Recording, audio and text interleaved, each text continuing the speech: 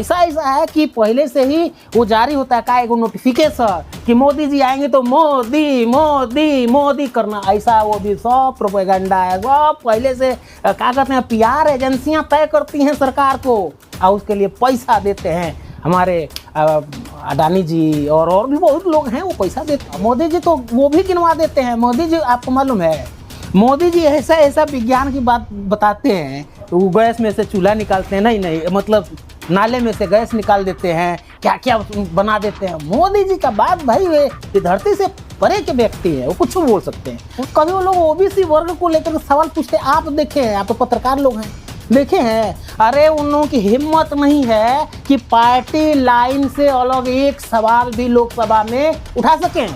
और तो और नीतीश कुमार जी को सुशासन बाबू कहा जाता है बिहार में। हाँ, सुशासन बाबू तो पहले तो थे ही भाई, कौन नकार रहा है, लेकिन अभी जो है सुशासन बाबू भी हैं। जब उन्होंने अच्छा किया तो देश की जनता ने उनके लिए जय जयकार किया। आयो अब तो वो क्या कहते हैं, साष्टांग दंडवत प्रणाम करते हैं महाराज। उनका अपना कुछ है ही नहीं है। आरजेडी एक साथ गठबंधन के साथ थे तो चिराग पासवान तब भी अलग लड़े थे कि नहीं, पहली बार लड़ने जा रहे हैं। अगर वो लड़ेंगे भी तो वो तो इसलिए ना कि जो एक जो वोट है वो उसको सेपरेट कर लिया जाए। ये तो आरएसएस की, बीजेपी की और इनकी मिली हुई एक रणनीति है। लेकिन बिहार की जनता जान चुकी है, बिहार की जनता अभी झांसे में नहीं आने वाली। बिहार में चुनाव है और मोदी जी लगातार बिहार की तरफ रुख कर रहे हैं। बड़े बड़े नेता, केंद्रीय मंत्री, शासन प्रशासन के लोगों तक को वहाँ इस्तेमाल किया जा रहा है, ऐसा आरोप है विपक्ष का। तो क्या ये बात सही है कि विपक्ष जो है वो सही इल्ज़ाम लगा रहा है कि शासन प्रशासन का भी इस्तेमाल करा जा रहा है इस बार? आप लोग, विपक्ष अगर कोई बात उठाता है तो आप लोग ये क्यों कहते हैं इल्ज़ाम लगा रहे हैं? अरे विपक्ष सच बोल रहा है, इल्ज़ाम नहीं लगा रहा है। सच कैसे हुआ? अरे सच, आप एक बात बताइए जी कि अगर चुनाव आयोग ईमानदारी से काम कर रहा होता तो सुप्रीम कोर्ट में जो केस डाला गया, अगर उसमें सच्चाई नहीं होती, अगर वो प्राथमिक रूप से वो सच नहीं होता तो चुनाव आयोग ले लेता केस, वो सुप्रीम कोर्ट नहीं लेता। यानी कि वो जो लोग बात कह रहे हैं उसमें सच्चाई है। तो झंझारपुर में एम्स बना दिया, जगह जगह विकास की गंगा बहा दी, फिर भी बिहार की जनता अब तो उन्हीं को चुनेगी जिन्होंने विकास कराया है। हाँ, विकास की गंगा नहीं बहा दी, विनाश की गंगा बहा दी। वो आपका नजरिया है। मोदी जी गए थे, उन्होंने गिनवाई तो सारी योजनाएं। हाँ, मोदी जी तो वो भी गिनवा देते हैं। मोदी जी, आपको मालूम है, मोदी जी ऐसा ऐसा विज्ञान की बात बताते हैं, वो गैस में से चूल्हा निकालते हैं, नहीं मतलब नाले में से गैस निकाल देते हैं, क्या क्या बना देते हैं। मोदी जी का बात भाई, वे धरती से परे के व्यक्ति है, वो कुछ भी बोल सकते हैं। उनकी बात को हम मतलब आप लोग कहते हो तो चिराग पासवान जो भाजपा के साथ है, लेकिन चिराग पासवान ने तो कह दिया हम अकेले चुनाव लड़ेंगे अपने। अच्छा, 43 सीटों पर। पिछला बार जब यही नीतीश जी और आरजेडी एक साथ गठबंधन के साथ थे तो चिराग पासवान तब भी अलग लड़े थे कि नहीं, पहली बार लड़ने जा रहे हैं। अगर वो लड़ेंगे भी तो वो तो इसलिए ना कि जो एक जो वोट है वो उसको सेपरेट कर लिया जाए। ये तो आरएसएस की, बीजेपी की और इनकी मिली हुई एक रणनीति है। लेकिन बिहार की जनता जान चुकी है, बिहार की जनता अभी झांसे में नहीं आने वाली है। ये भी जाएंगे हमारे जो क्या कहते हैं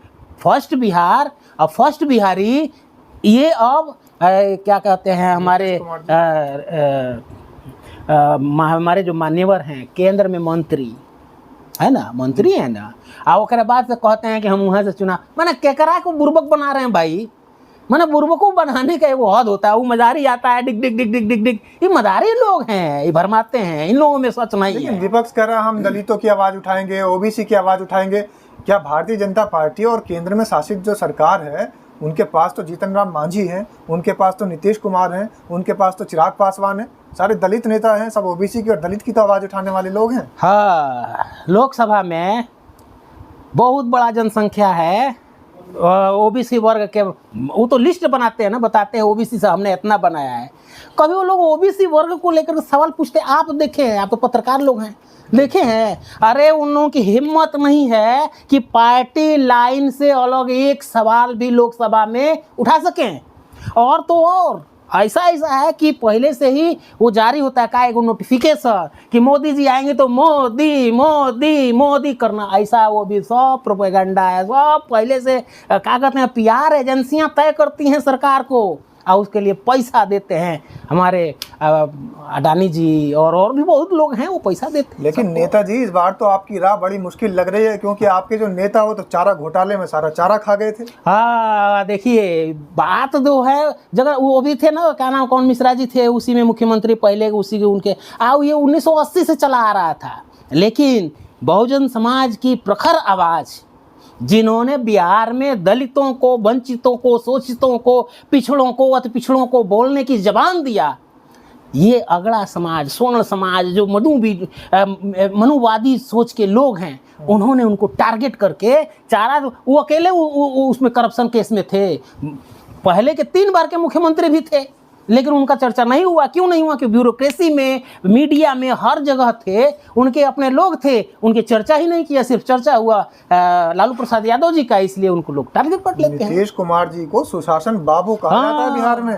हाँ, सुशासन बाबू तो पहले तो थे ही भाई, कौन नकार रहा है। लेकिन अभी जो है कुशासन बाबू भी हैं। जब उन्होंने अच्छा किया तो देश की जनता ने उनके लिए जय जयकार किया। आए अब तो वो क्या करते हैं, साष्टांग दंडवत प्रणाम करते हैं महाराज। उनका अपना कुछ है ही नहीं है, वो तो खाली आप ही के 1 मिनट खाली साथी हैं तेजस्वी जी। अरे वो 1 तो मिनट, बड़ी तारीफ करते थे। अरे 1 मिनट एगो बात सुन लीजिए। नीतीश जी खाली चाह रहे हैं सम्मानजनक राजनीति से उनको विदा कर दिया जाए, बस। सम्मानित तो विदाई चाहते हैं, बाकी उनको तो मालूम है कि वो मुख्यमंत्री नहीं बनने जा रहे हैं। अरे मुख्यमंत्री तो महागठबंधन से ही बनेगा। लग रहा नेताजी आपको दर्द इसी बात का है कि विदाई नहीं कर पाए, तेजस्वी को मुख्यमंत्री नहीं हम बता रहे हैं आपको, बहुजन समाज के लोग, दलित पिछड़े लोग, वंचित शोषित लोग, गूंगे बहरे लोग, जिन्होंने कभी बोला नहीं था, वो लोग महागठबंधन की सरकार बनाने जा रहे हैं और महागठबंधन अपना मुख्यमंत्री देने जा रहा है। नीतीश बाबू को tata bye bye, good night.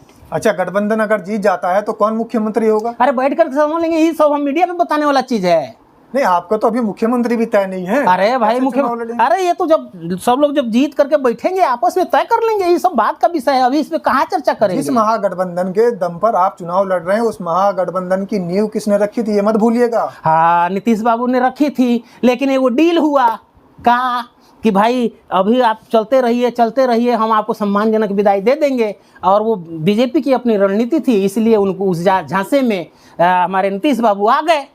Nitish बाबू का असल में जानते हैं, थोड़ा सा उनका जो आप तो नीतीश बाबू को झांसा राम कहने के ऊपर हम कह रहे हैं, आपने कहा है, हमने नहीं कहा है। तो कहना ये हम नहीं कह रहे हैं, आप कह रहे हैं झांसा राम। वहाँ की जनता कह रही है झांसा राम, वहीं की आवाज आपके पास आई होगी, और आप कह रहे हैं तो हम भी मान लेते हैं झांसा राम। वो झांसा राम है। पहले नीतीश बाबू ने झांसे में तेजस्वी जी को भी ले लिया था। हाँ, इसीलिए देखिए असल में बात क्या है कि सत्ता के इर्द गिर्द जो लोग बैठे रहते हैं ना, वो इस तरह का माहौल बनाते हैं कि मीडिया उसमें झांसे में आ जाता है।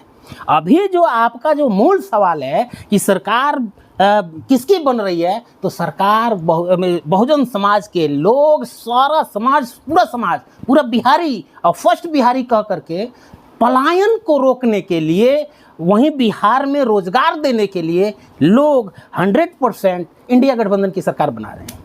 चलिएगा, ये तो जनता तय करेगी और जनता ही जवाब देगी। जिस समय जनता का उत्सव आएगा, वोट डलेंगे, मतदान होगा, तब फैसला होगा। तब तक जनता के लोग कमेंट के माध्यम से राय दे सकते हैं कि आखिर चौहान साहब की बात कितनी अच्छी है, आखिर बिहार में किसकी सरकार बन रही है। बहुत बहुत धन्यवाद सर। धन्यवाद।